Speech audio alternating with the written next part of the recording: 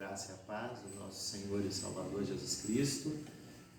Nós compartilhamos nessa oportunidade 1 Pedro, capítulo 1, de 1 a 9, que diz assim: Pedro, apóstolo de Jesus Cristo, aos estrangeiros dispersos no Ponto, Galácia, Capadócia, Ásia e Bitínia, eleitos segundo a presciência de Deus Pai, em santificação do Espírito, para a obediência e aspersão do sangue de Jesus Cristo, graça e paz vos sejam multiplicadas.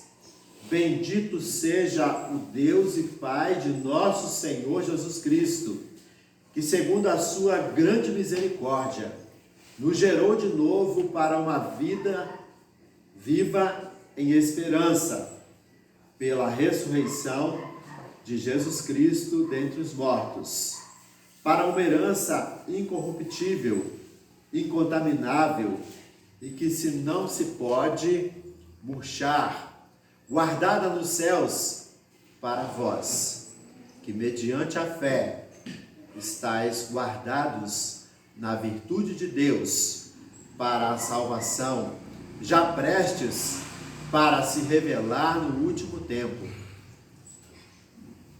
em que vós grandemente vos alegrais, ainda que agora importa, sendo necessário, que estejais por um pouco contristados, com várias tentações, para que a prova da vossa fé, muito mais preciosa do que o ouro, que precede e que perece e é provado pelo fogo, se ache em louvor e honra e glória na revelação de Jesus Cristo, ao qual, não havendo visto, amais, no qual, não o vendo agora, mas crendo, vos alegrais com gozo inefável e glorioso, alcançando o fim da vossa fé, a salvação da alma. Que a sua palavra continue falando aos nossos corações. O apóstolo Pedro, ele já experimentado na fé, ele olha para a igreja da sua época, né? E ele faz aqui menção de alguns lugares onde a igreja se encontrava já naquela época. Ele faz menção aqui do Ponto, da Galácia, da Capadócia, Ásia e Bitínia. E ele percebe a grande dificuldade que os irmãos passavam naquela época. Se os irmãos forem analisar o contexto da época, era perseguição, muitas vezes dificuldades econômicas, sem contar a dificuldade de saúde. Hoje nós estamos reclamando aqui por causa dessa pandemia, né, que pega todo mundo. Vocês imaginem naquela época, uma época em que não havia vacina, não havia como se prevenir, era tudo muito rústico, tudo muito simples. As informações sobre saúde que se tinham eram poucas. E quando a gente leva em conta que eles não podiam nem sequer fazer um culto onde as pessoas soubessem que ali estava acontecendo um culto, Pedro percebe a dificuldade que os cristãos daquela época, os crentes daquela época passavam, e ele então entende, é tocado da necessidade de se escrever. Então essa carta, ela é multiplicada em todos os lugares que havia uma igreja reunida, não havia uma igreja propriamente dita templo, espaço físico, mas reunião de pessoas. Pessoas que se reuniam em vários lugares e anunciavam a Jesus mesmo diante de tamanha dificuldade. E quando a gente vai analisar os escritos, tanto das cartas dos apóstolos, tanto do livro de Atos, nós vamos perceber que mesmo diante de tanta dificuldade, a igreja crescia, a igreja se desenvolvia, porque havia o compartilhar da palavra. O apóstolo Pedro, então, ele escreve, preocupado, desejando que aqueles irmãos recebessem um alívio para a sua alma. Porque diante de tantas provações, de tanta opressão, é fácil sentir medo, é fácil sentir dúvida, é fácil se sentir desamparado, fragilizado. Acontece. Aconteceu. Está acontecendo conosco, né? Primeiro foi a enchente.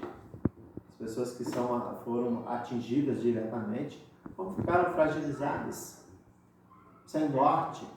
E o apóstolo Pedro percebe essa situação na vida da igreja e ele então traz uma palavra de alívio para as almas daqueles irmãos. E aí ele começa a sua escrita no verso de número 2, dizendo: eleitos segundo a presciência de Deus Pai, em santidade do Espírito, para a obediência e a aspersão do sangue de Cristo. Graça e paz sejam multiplicadas. Então ele aponta para aqueles discípulos dizendo que eles eram eleitos de Deus, chamados pelo próprio Deus para serem suas testemunhas, para serem seus discípulos, para levarem a marca de Cristo sobre os seus ombros. Então ele traz essa mensagem para a igreja logo de início, dizendo que eles eram conhecidos por Deus. Deus estava olhando por eles, Deus estava zelando por eles, mesmo que muitas vezes eles pensavam que estavam sós. Então o apóstolo Pedro, ele deixa claro que eles estavam sendo vistos pelo Senhor, e por ele também, porque ele foi despertado a escrever a eles, já que a dificuldade de se estar presente naquela época era muito maior que hoje, até pelas situações de dificuldade de se locomover. A maior parte da locomoção era feita a pé ou, quando muito, costeando, né, o oceano, os mares, através de pequenos navios, pequenas embarcações. Então a dificuldade de se chegar aos lugares era muito grande naquela época. Então se escrevia, porque os mensageiros levavam um para um lugar, outro para outro lugar, levavam as suas cartas e assim a mensagem poderia chegar mais rapidamente a todos. Então a mensagem do Senhor chega para a igreja através das escritas do apóstolo Pedro, e aquela igreja, ela era edificada pelas palavras direcionadas pelo próprio Deus através do apóstolo Pedro nesta oportunidade. Pedro deixa claro que Deus nos conhece e está presente em nosso viver diário. A mensagem também deixa clara que a sua graça, o seu favor, se multiplica em nossas vidas. De nós mesmos, nós temos grandes limitações, mas o Senhor, Ele está todo o tempo trabalhando na nossa mente, no nosso coração, no profundo da nossa alma, nos dando força, nos dando graça para superar tanto as provações, como tentações, como limitações pessoais. Deus, Ele trabalha nas nossas vidas, nos dando forças para caminhar. No verso 3, o apóstolo Pedro, ele escreve: bendito seja o Deus e Pai de nosso Senhor Jesus Cristo, que segundo a sua grande misericórdia, nos gerou de novo para uma viva esperança, pela ressurreição de Jesus Cristo dentre os mortos. Ele traz simplesmente a mensagem que fomos renascidos pela misericórdia de Deus. Quando conhecemos o Senhor, nós experimentamos um novo nascimento, uma nova vida, uma nova visão de mundo. O apóstolo Pedro, então, ele destaca isso para a igreja, que eles não eram mais pessoas comuns, pessoas sem esperança. Agora existe uma esperança. O alvo passa a ser viver de maneira a agradar a Deus. Primeiro vivíamos de qualquer maneira. Quando não conhecíamos o Senhor, vivíamos de qualquer maneira, éramos levados de um lado para o outro, sem um alvo, sem uma escolha. Agora nós tivemos a oportunidade de escolher, e escolhemos estar com o Senhor, nascer novamente com Cristo. A vida eterna depende da perseverança e da fé aqui na terra. Ele coloca isso para eles: vocês precisam fortalecer a fé. E ele traz essa palavra de esperança para que esta fé da igreja seja fortalecida. Ele destaca que Deus nos regenerou para uma esperança viva.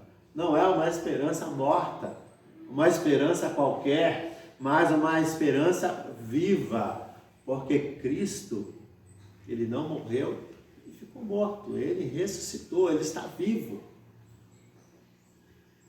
E Ele promete que estaremos para sempre com Ele. Então, o apóstolo Pedro traz novamente à memória da igreja a importância da morte, da ressurreição, do sacrifício de Cristo em prol da igreja e da presença real de Jesus no meio da igreja. Ele traz à memória o que a palavra do Senhor diz lá nos evangelhos, que um dos nomes de Jesus é Emanuel, Deus conosco, Deus presente. E esse Deus estava presente e está presente na vida da igreja. É uma herança que jamais acaba. Esse alívio que Deus nos concede, essa graça que Deus nos concede, ela jamais acabará. No verso de número 4 e número 5, é uma herança que jamais poderá perecer, macular-se ou perder o seu valor. Herança guardada nos céus para vocês, que mediante a fé são protegidos pelo poder de Deus, até chegar à salvação prestes a ser revelada no último tempo. O que recebemos, irmãos, não é qualquer coisa. É algo de mais alta qualidade. É algo que não tem como ninguém roubar, não tem como se deteriorar. A salvação que Deus nos concede. E a Bíblia diz que ela há de se revelar de maneira clara, mas você já tem. Você que entregou a sua vida, entregou o seu coração ao Senhor, ela já pertence a você. O próprio Jesus, a gente enfatiza e gosta de lembrar, na oração do Pai Nosso, ele diz: assim na terra como no céu. Então começa aqui na terra. Começa aqui na terra. Você toma posse dela aqui na terra e vai receber a herança por completo lá no céu. Então a gente pensa, né, como é bom receber uma herança, né? Como é bom quando você recebe algo. E o que acontece? É bom, mas tem um lado negativo também. Às vezes quando você acha que está recebendo algo de graça, você não dá valor. Mas a herança que o Senhor nos dá, ela não veio de graça. Jesus pagou um alto preço. E nós pagamos também um preço por ter essa herança. Se nós não cuidarmos bem dessa herança, ela vai também se minguar.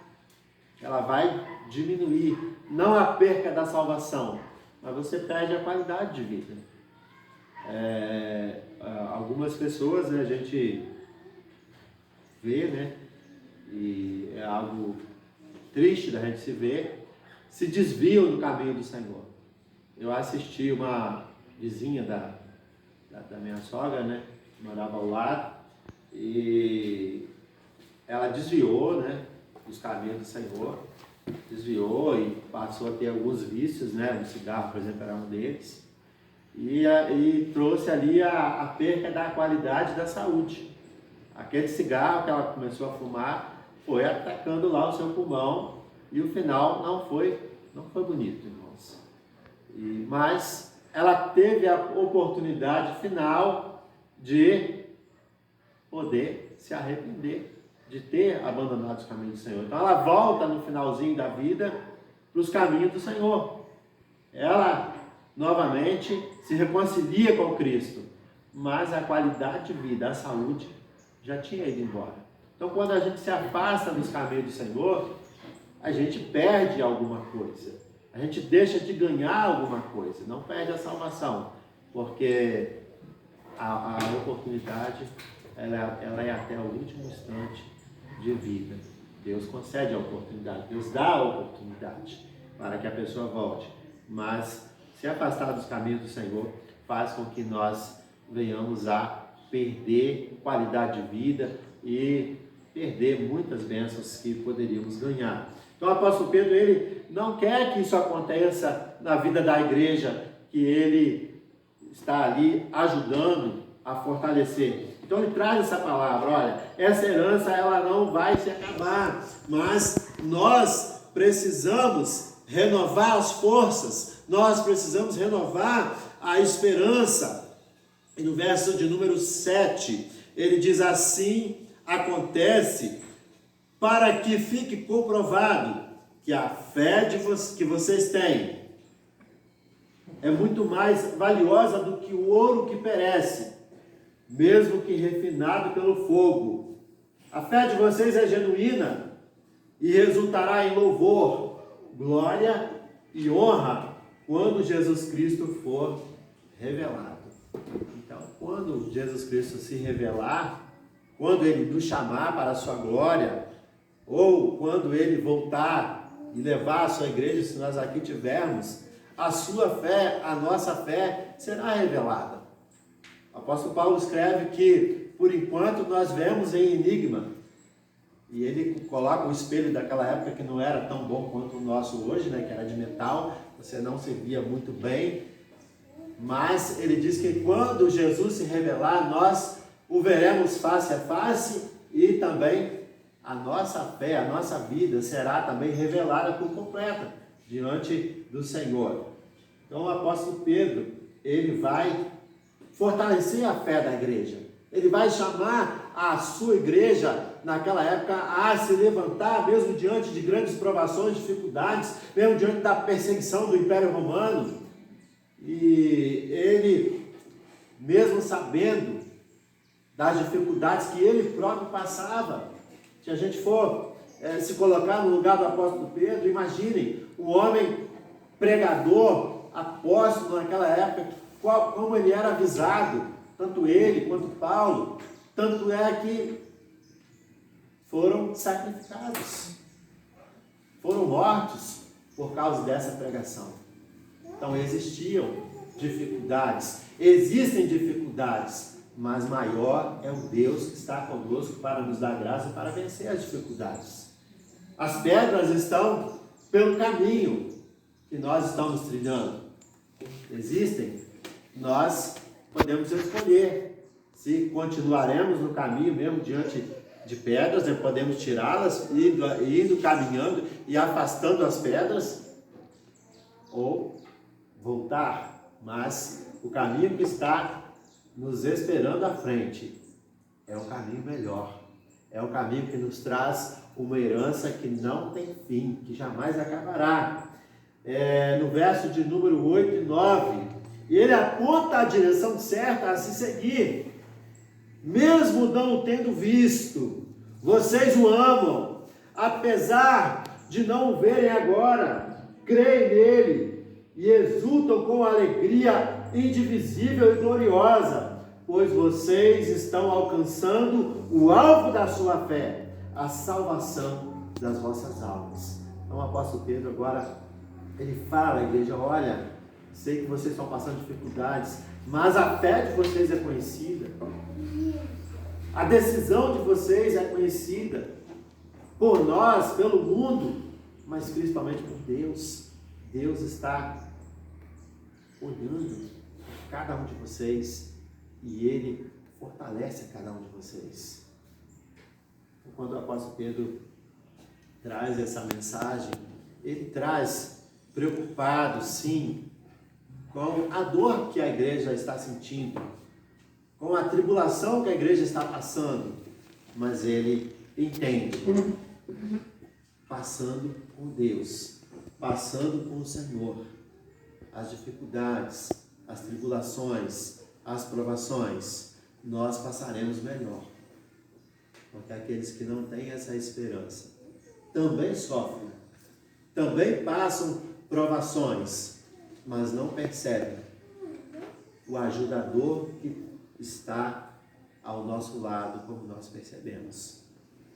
A graça, a misericórdia, o amor do nosso Deus por nós, pelas nossas famílias. E quem me dera se as pessoas pudessem perceber esse grande amor que está disponível. Então somente é necessário crer no Senhor, então somente é necessário buscar ao Senhor, ouvir a mensagem do Senhor e dar crédito a ela, porque a mensagem está sendo pregada pelos 4 cantos do mundo, de tantas e tantas maneiras como se tem hoje, irmãos. Muito mais que apenas uma carta, muito mais que apenas um falar em um lugar fechado, porque aquilo que nós falamos hoje aqui nessa igreja, através dos meios de comunicação que nós temos hoje disponíveis, podem ser ouvidos pelos 4 cantos do mundo. A palavra do Senhor está assim sendo pregada, está assim sendo anunciada. Que o Senhor possa tocar nos corações, que o Senhor possa tocar no profundo das almas, para que elas ouçam a palavra do Senhor e deem crédito a ela, e possam assim também se alegrar nessa viva esperança, alegrarem as suas almas, aliviarem as suas almas, entendendo que Jesus Cristo é o Senhor, que Jesus Cristo ainda salva, que Jesus Cristo ainda liberta, que Jesus Cristo concede cura física, espiritual, emocional, concede paz nos seus e nos nossos corações. Amém? Amém. Nós vamos orar ao Senhor. Eu quero convidá-los a estarem orando comigo nessa hora. Pai, em nome de Jesus, nós nos colocamos diante da Tua presença através da oração. Recebe, Senhor, as nossas vidas, Pai, como igreja do Senhor. Como igreja assim, Senhor, que muitas vezes sofre, mas que tem amor no coração, amor pelo sacrifício de Jesus. Recebe as nossas vidas no Teu altar, Pai, Prepara-nos, ó Deus, para participarmos da ceia do Senhor. Que o Senhor possa nos dar a Tua graça e examinarmos os nossos corações, ó Deus. E nos colocarmos diante do Senhor em atitude de arrependimento, de perdão, e que o Senhor possa estar trabalhando no mais profundo da nossa alma e nos dando forças para caminhar a cada dia. Recebe, Senhor, a nossa gratidão. Em nome de Jesus. Amém.